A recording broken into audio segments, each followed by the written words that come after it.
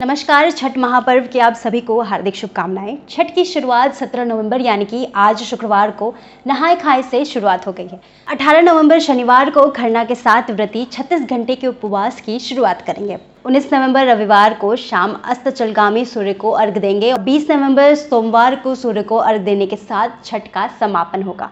छठ और सात्विकता एक दूसरे के पूरक है। वैसे तो छठ की शुरुआत नहाय खाए से होती है, लेकिन सात्विक खाने की शुरुआत 20 दिन पहले कार्तिक महीने के शुरू होते ही हो जाती है। छठ के पहले दिन नहाय खाए में व्रती अरवा चावल, चने की दाल और कद्दू की सब्जी ग्रहण कर शरीर को सात्विक बनाते हैं।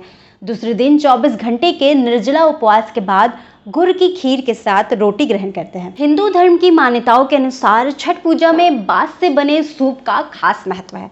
बांस को शुद्धता और पवित्रता का प्रतीक माना जाता है। छठ व्रती खरना का प्रसाद जैसे खीर, रोटी और ठेकुआ गुड़ की नई मिट्टी के चूल्हे पर ही बनाते हैं। इन सब के पीछे जो सबसे मुख्य कारण है वह है मिट्टी की पवित्रता। मिट्टी को शुद्ध माने जाने के कारण प्रसाद मिट्टी के चूल्हे पर ही बनाए जाते हैं। उत्तर प्रदेश और खासकर बिहार में छठ का विशेष महत्व है। छठ सिर्फ एक पर्व नहीं बल्कि महापर्व है। इसलिए छठ व्रतियों के लिए मैं लाई हूँ आज एक खास एपिसोड जहां हम बात करेंगे छठ पूजा की पौराणिक महत्व की। तो चलिए शुरू करते हैं आज का एपिसोड। जोड़े जोड़े फलावा सूरज देव घटावा पे दीवानी चढ़ावे हो, जल बीच खड़ा होई। क्या आपको पता है माता सीता ने भी की थी सूर्यदेव की पूजा? जी हाँ। छठ पूजा की परंपरा कैसे शुरू हुई, इस संदर्भ में कई कथाएं प्रचलित है। एक मान्यता के अनुसार जब राम सीता 14 साल के वनवास के बाद अयोध्या लौटे थे, तब रावण वध के पाप से मुक्त होने के लिए उन्होंने ऋषि मुनियों के आदेश पर राजसूय यज्ञ करने का फैसला लिया। पूजा के लिए उन्होंने मुग्दल ऋषि को आमंत्रित करने का फैसला लिया। मुग्दल ऋषि ने मां सीता पर गंगा जल छिड़ककर पवित्र किया और कार्तिक मास के शुक्ल पक्ष की षष्ठी तिथि को सूर्यदेव की उपासना करने का आदेश दिया। इस कारणवश सीता मां ने मुग्दल ऋषि के आश्रम में रहकर 6 दिनों तक सूर्यदेव भगवान की पूजा की। सप्तमी को सूर्योदय के समय फिर से अनुष्ठान कर सूर्यदेव से आशीर्वाद प्राप्त किया। जल बीच खड़ा होई दर्शन आसरा।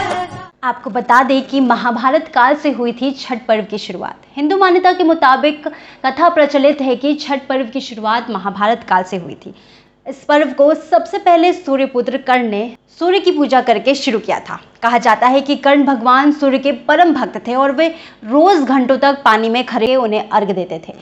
सूर्य की कृपा से वह महान योद्धा बने। आज भी छठ में अर्घदान की यही परंपरा प्रचलित है। यही नहीं, द्रौपदी ने भी रखा था छठ व्रत। इस किंवदंती के मुताबिक जब पांडव सारा राजपाट जुए में हार गए थे, तब द्रौपदी ने छठ व्रत रखा था। इस व्रत से उनकी मनोकामना पूरी हुई थी और पांडवों को सब कुछ वापस मिल गया। लोक परंपरा के अनुसार सूर्यदेव और छठी मैया का संबंध भाई बहन का है, इसलिए छठ के मौके पर सूर्य की आराधना फलदायी मानी जाती है। इन कथाओं के अलावा एक और किंवदंती भी प्रचलित है। पुराणों के अनुसार प्रियव्रत नामक एक राजा की कोई संतान नहीं थी। इसके लिए उसने हर जतन कर डाला, लेकिन कोई फायदा नहीं हुआ।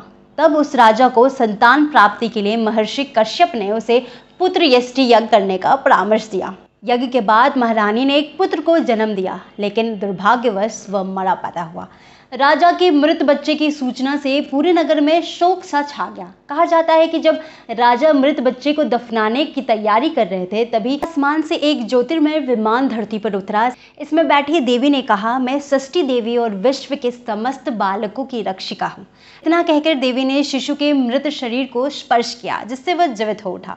इसके बाद से ही राजा ने अपने राज्य में यह त्योहार मनाने की घोषणा कर दी। तो चलिए अब मुझे आज्ञा दीजिए। एक बार फिर से आप सभी को छठ पूजा की हार्दिक शुभकामनाएं। अगर आपको ये एपिसोड पसंद आए तो लाइक ज़रूर करें। कल मिलते हैं एक और नए एपिसोड के साथ।